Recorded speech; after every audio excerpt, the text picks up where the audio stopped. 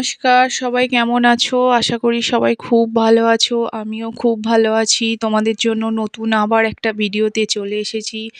তোমাদের কেমন লাগছে আমার ভিডিও? আগের ভিডিওটা কেমন লাগলো অবশ্যই জানিও। আর এই ভিডিওটাও কেমন লাগছে, কোন জিনিসটা তোমাদের ভালো লাগছে সেটাও জানিও। তো চলো ভিডিওটা শুরু করেছি। তো সেদিন শনিবার ছিল, শনিবার ভিডিও শুরু করেছি। শনিবার ঘুম থেকে ওঠার তাড়া ছিল না, একটু দেরি করেই ঘুম থেকে উঠেছি। মেয়েরাও ঘুম থেকে দেরি করেই উঠেছে, কারণ সকালবেলা রোজ সকাল সকাল উঠতে হয়। 5:30টার দিকে উঠি, তো ভাবলাম আজকে একটু রেস্ট নিই, আজকে একটু দেরি করেই উঠি। এক একদিন রুল ব্রেক করতে একটু ইচ্ছা হয়। তো উঠে পড়ে সমস্ত কাজকর্ম আস্তে আস্তেই হয়েছে, তাড়াহুড়োও করিনি, কারণ কারোরই বাইরে যাওয়ার ছিল না। আমার হাজব্যান্ডও বাইরে বেরোয়নি, মেয়েও বাইরে বেরোয়নি, সবাই বাড়িতেই ছিলাম। তো সারাদিন খুব সুন্দর ওয়েদার ছিল। বিকালের দিকে দুপুরের পর থেকে ওয়েদারটা চেঞ্জ হয়েছে। ভিডিওটা সবটাই তোমাদের দেখাবো, তোমরা ভিডিওটা শেষ পর্যন্ত থেকো, তাহলে তোমরা দেখতে পাবে যে প্রকৃতির কীরকম পরিবর্তন। যেখানে দিনের দিকে এত রোদ, এত সুন্দর একটা ওয়েদার, দুপুরের পর কিভাবে পরিবর্তন হয়ে গেল সেটা। তো থাকো, অবশ্যই দেখো, ভিডিওটা দেখতে থাকো। আর এই সুন্দর সুন্দর মানে সিনারিগুলো তোমাদের জন্য উপহার আমার ভিডিওতে। গ্রামে যেহেতু থাকি, তোমাদের এই ছোট্ট ছোট্ট উপহারগুলো দিতে পারি। তো চলো ভিডিওটা এবার শুরু করছি। দেখো, আজকে সকাল 6:30টায় উঠেছি। নর্মালি আমি রোজ 5:30টার দিকে উঠি, কিন্তু আজকে 1 ঘন্টা লেটে উঠেছি। তো সকাল সকাল উঠে ব্রাশ করছিলাম, উঠোনে ব্রাশ করতে করতে একটু ঘুরছিলাম, কারণ সেই দিন বললাম আমি বারবার যে আজকে তাড়া নেই, তার জন্য একটু বেশ ঘুরে ঘুরে সময় কাটাচ্ছিলাম। তখনও মেয়েরা ওঠেনি। আর ঘুরতে ঘুরতে ভাবলাম তো আজকে কি কি বানাবো সেটাও একটু প্ল্যান করে নিলাম। কিছু কিছু জিনিস, শনিবার তো নিরামিষ রান্না করতে হবে। তো আজকে বিছানার চাদর চেঞ্জ করব, মুগের ডাল বানাবো, খোলা শুদ্ধ যে আলু ভাজা হয় সেটা বানাবো। এটা একটু প্ল্যান করে নিলাম ঘুরতে ঘুরতে। ইচ্ছা হয় কখনো কখনো নিজের জন্য একটু খাবার কিছু স্পেশাল বানানোর জন্য। স্পেশাল মানে আমি নর্মাল একদম ঘরোয়া খাবারই পছন্দ করি, তো অনেক দিন পর পর সেগুলো খাওয়া হয়। তো সেই জন্যই ভাবলাম যে চলো আজকে এগুলো বানিয়ে নিই। দেখো, মেয়েরা ঘুম থেকে ওঠেনি, আমি ঘুম থেকে তুলিই নি মেয়েদের। ছোটো মেয়েকে তো তোলার দরকার পড়ে না, ও নিজেই ওঠে। আর বড় মেয়েকে ডেকে তুলতে হয়। তো বড় মেয়ে উঠে ব্রাশ করতে গেছে, তো এসে দেখলাম ছোটো মেয়ে ঘুমাচ্ছে। তো তাহলে তো আমার এখন আর বিছানা গোছানো হবে না। 7:30টা বেজে গেছে। অন্যদিন আমার 7:30টার মধ্যে অনেক কাজ হয়ে যায়, প্লাস আমার স্নানও হয়ে যায়। কিন্তু আজকে দেখো আমার এখনও বিছানা তোলাই হয়নি। আর বাইরের ওয়েদারটা দেখো, খুব সুন্দর রোদ এসেছে বাইরে, কোনো বৃষ্টি বা মেঘলা আকাশ না। তো চলো এবার, ছোটো মেয়ে উঠে গেছে, বাইরে বেরিয়ে গেছে, ব্রাশ করছে, তো আমি সেই সুযোগে বিছানাটা ঠিক করে নিলাম। আজকে বিছানার চাদর আমি চেঞ্জ করেছি। বিছানার চাদর আমি 3-4 দিন অন্তর চেঞ্জ করে দিই, কারণ ছোট বাচ্চা খুবই নোংরা করে। তারপর বালিশ টালিশ সব কিছু গুছিয়ে এবার আমাকে ওদিকে চায়ের দিকে যেতে হবে। সকালবেলা ঘুম থেকে উঠেই তো আগে ফার্স্ট আমার চায়ের আড্ডাটাই চলে। তো চলো, সুন্দরভাবে আজকে মানে বেশ আরামে কাজগুলো হচ্ছে, তাড়াহুড়ো নেই, খুব ভালোও লাগছিল সকাল থেকে বেশ, যে তাড়াহুড়ো করে কোনো কাজ করতে হচ্ছে না। মেয়েরও স্কুলের কোনো তাড়া নেই, মেয়েরাও বেশ সুন্দরভাবে নিজেদের মতো করে কাজগুলো করছে। তো আমার বিছানা গুছানো হয়ে গেছে, দেখো কেমন লাগছে বলবে। চাদরটা চেঞ্জ করে দিয়েছি, চাদরটা কাচতে হবে। আর মেয়েদের এই খেলনাগুলো তো বিছানাতেই থাকে, দুই মেয়ের দুজনায় দুটো শোয়ার সময় নেয়, কিন্তু সেগুলো বিছানা থেকে সরানো যাবে না। ও দেখো, আমার বিছানা গুছানো কমপ্লিট। ওদিকে ছোটো মেয়ের বাবার সব ব্রাশও হয়ে গেছে।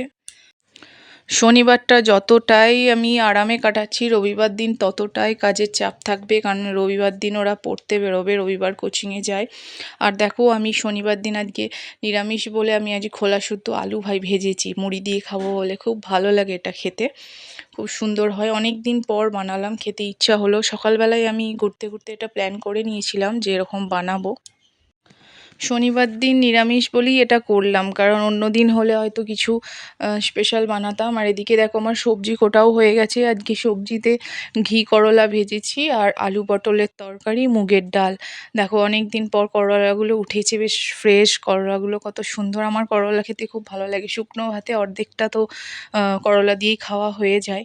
আর এই সময়টাই ওঠে, এই সময়টা করলা খাওয়া খুব শরীরের পক্ষে ভালো।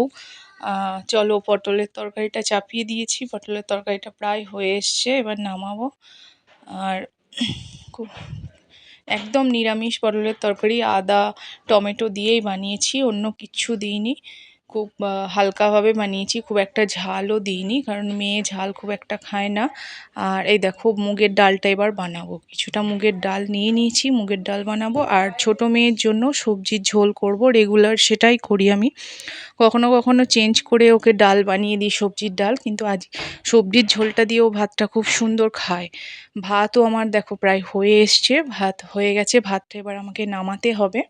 তো চলো আমি বাকি রান্নাগুলো কমপ্লিট করে নিই। ব্রেকফাস্ট তো হয়ে গিয়েছিল, তখন রান্নাটা এই জন্য তাড়াতাড়ি সেরে নিচ্ছিলাম, কারণ মেয়েকে আবার 12টা 12:30টার দিকে আমি মেয়েকে খাওয়াই। মেয়ের খাবারটা আমি একদম টাইম মেনটেন করেই খাই। মেয়ে শুধু নয়, আমরা নিজেরাও টাইম মেনটেন করে খাই। 1টা 1:30টার মধ্যে আমাদের লাঞ্চ কমপ্লিট হয়ে যায়। সকালবেলা 9টা 9:30টার মধ্যে আমাদের ব্রেকফাস্ট হয়ে যায়। একটু লেট হয়ে গেলে আমার নিজেরই একটা অস্বস্তি হয়। আমি খাবার দাবারটা একটু টাইম মেনটেন করে খাওয়া পছন্দ করি। ছোট থেকে আমার বড় মেয়েকেও আমি একদম টাইমলি খাইয়েছি। ছোট মেয়ের ক্ষেত্রেও আমি সেটা মেনটেন করি, এবং আমি নিজে এটা আমার মায়ের কাছ থেকে শিখেছি। আমার মা খাওয়ার দাওয়ার দিকটা খুবই টাইম মেনটেন করেই খাওয়াতো, তো আমার ওটা হ্যাবিট হয়ে গেছে। তো সেই হিসাবে আমি তাড়াতাড়ি করে সব কিছু কমপ্লিট করে নিয়েছি, ছোট মেয়েকে খাওয়াতে হবে। তো বাইরের দিকে এলাম, দেখলাম বেশ সুন্দর রোদ উঠেছে, চুলটা একটু ভিজে ছিল, আর জামা কাপড়গুলো একটু উল্টে দেবো বলে সব এলাম। জামা কাপড় প্রায় শুকিয়ে গেছে, প্রচুর রোদ দিয়েছিল। রোদের জোরটা এত ছিল, মানে বেশিক্ষণ রোদেতে থাকা যাচ্ছিল না। তো দেখো জামা কাপড়গুলো আমি উল্টে দিলাম। আর আমার চুলটা যখন গেলাম আমি একটু খুলে দিয়েছি, ভিজে ছিল বলে, চুলটাও একটু শুকিয়ে যাবে। চুলটা রোদে শুকিয়ে নিয়ে কোনো লাভও হচ্ছে না, যখনই রান্নাঘরের দিকে রান্না করতে আসছি ঘামিতে খুব ভিজে যাচ্ছে, কারণ গরমটাও খুব প্রচণ্ড ছিল। গরমটা যার জন্য হয়তো বৃষ্টি আসার সম্ভাবনা মনে হচ্ছিল। তো চলো, দেখতে থাকো বৃষ্টি এলো কি এলো না, শেষ অবধি দেখো, কিন্তু তাহলে বুঝতে পারবে বৃষ্টিটা এলো কি এলো না। এত সুন্দর একটা ওয়েদার, কেউ ভাবতেই পারে না যে বৃষ্টি আসতে পারে। তো দেখো কি হয়, ভাবনাটা কি হয়। তো আজ উঠোনে জামা কাপড় রোদে দিতে দিতে হঠাৎ একটা জিনিস দেখলাম। তো সঙ্গে সঙ্গে আমি তো ঘরে গিয়ে ফোনটা নিয়ে এলাম, ভাবলাম তোমাদের সাথেও সেটা শেয়ার করাটা দরকার। দাঁড়াও, তোমাদের আমি দেখাচ্ছি, তোমরা একটু ভালো করে দেখো, বুঝতে পারবে কি দেখেছি। আমার মেয়ে কিছুক্ষণ আগে ছাদে গিয়েছিল ছোট মেয়েকে নিয়ে, তো তারপরই ও তাড়াতাড়ি নিচেই চলে এলো। বড় মেয়েকে বলেছিলাম ছোট মেয়েকে নিয়ে একটু ছাদে যেতে, কারণ কিছুক্ষণ তাহলে ও নিচেই দুষ্টুমি করছিল। তো বললাম ওকে, তুই নিচে ছাদে নিয়ে গিয়ে একটু খেল। তো ও ছাদে নিয়ে গিয়েছিল, তারপর দেখলাম ও ছাদ থেকে নেমে কিছুক্ষণ পরই চলে এলো। তো আমি বললাম যে কি হলো, চলে এলি কেন? তো ও বললো, মা হনুমান এসছে। তো সেই দেখো, সেই হনুমানই তোমাদের আজকে দেখাচ্ছি। আমাদের সেই হনুমানগুলো তখন ছাদ থেকে চলে গিয়েছিল, কিন্তু এই চত্বরেই ঘোরাফেরা করছিল। তো সেটা এসে আমাদের পাঁচিলেতে বসেছিল। তো ভাবলাম পিছন থেকে গিয়ে ভালো করে কাছ থেকে তুলবো, কিন্তু সেটা আর হয়ে উঠলো না, পালিয়ে গেল। তো কিভাবে জাম্প করছে দেখো, এক জায়গা থেকে আরেক জায়গায়। ওই দেখো আরেকটা, ওটা তো চলে গেল, আবার আরেকজন এলো, সেও এরকম জাম্প করে এদিক থেকে ওদিক চলে গেল। তো এই চত্বরে অনেকক্ষণ ঘোরাফেরা করছিল, কিন্তু আমি সেই সময় কাজ করছিলাম বলে ঠিকভাবে আমি ক্লিপ নিতে পারিনি। তো তারপর দেখলাম গাছের তলায় অনেকগুলো লেবু পড়ে আছে পেকে। তো লেবুগুলোকে নিয়ে এলাম, নিয়ে এসে ভালো করে জল দিয়ে ধুয়ে লেবুগুলোকে রেখে দিলাম। এগুলো কিন্তু আমি পারিনি, লেবুগুলো এগুলো একদম মানে পেকে গাছ থেকে নিচেই পড়েছে। এখন যে লেবুগুলোর সাইজগুলো দেখছো অনেক ছোট ছোট, কিন্তু এই গাছটা এত ভালো গাছ একটা, মানে এরকম বড় বড় একদম সাইজের লেবু হয়, এবং পুরো নিচেই বিছিয়ে পড়ে থাকে। কিন্তু এখন অনেকটা বয়স হয়ে গেছে বলে লেবু গাছটা ঠিক সেইভাবে এখন আর ফল দিচ্ছে না। তো সারা বছর আমাদের লেবুর অভাব হয় না, একদিকে লেবু হয়, একদিকে ফুল হয়, একদিকে লেবু পেকে যায়, এরকম একটা পরিস্থিতি থাকে। তো লেবুর কখনো কম হয় না। কিন্তু এত লেবু আমাদের কিন্তু খাওয়া আর হয়ে ওঠে না। একটু যে লেবু জল সকালে খাওয়া উচিত বা ভাতের সাথে লেবু খাওয়া উচিত সেটা কিন্তু আমরা করি না। কারণ আমাদের কাছে অ্যাভেলেবেল তো সেই হিসাবে। তো যাদের কাছে লেবু নেই তারা আমাদের বাড়ি থেকে লেবু নিয়ে যায় ২ টো ৪ টে করে। কিন্তু আমরা কিন্তু খাই না। হয়তো না থাকলে তখন হয়তো কিনে, কিনে খেতাম এরকমই একটা ব্যাপার। যখন যার কাছে যেটা থাকে সে সেটার মূল্য দেয় না। তো সেটা আমরাও জানি সবই বুঝি কিন্তু তাই হয়ে যায় খাওয়া আর হয়ে ওঠে না। তো ঠিক আছে চলো বাইরের ওয়েদারটা আরেকবার তোমাদের দেখিয়ে দিচ্ছি কত সুন্দর একটা ওয়েদার দেখো। এটা বাড়ির বাইরে একদম বাড়ির সামনে একটা মাটির বাড়ি আছে যেটাতে কোনো মানুষজন থাকে না। তো সেটা একদম পোড়ো হয়ে ভেঙে ভেঙে পড়ে যাচ্ছে এই বর্ষায়। তো এদিকে আমার মুগের ডালও হয়ে গেছে। মুগের ডাল সেদ্ধ করে আমার সাঁতলানোও হয়ে গেছে। ডালটা এবার আমি নামাবো। তার আগে আমার ঘি করলাও ভাজা হয়ে গেছে, পটল আলুর তরকারিও হয়ে গেছে। লাস্টে ডালটা করলাম। ডালটা করে আমার মেয়ের সবজিটা বসাবো। মেয়ের সবজিটা আমি শেষের দিকেই করি। কারণ সবজিটা করে আমি ওকে খাইয়ে নেবো তাড়াতাড়ি করে। তো সেই জন্য ওর ঠিক খাওয়ার আগে আমি ওটাকে চেষ্টা করি নামানোর, যাতে সবজি গুণটা ঠিকঠাক পাওয়া যায়।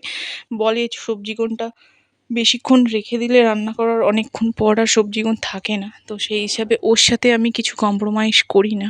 ও এখন অনেকটা ছোট, ওর সমস্ত কিছু ঠিকঠাক দরকার। তো চলো ডাল আমার দুপুরের রান্না রেডি সমস্ত কিছু।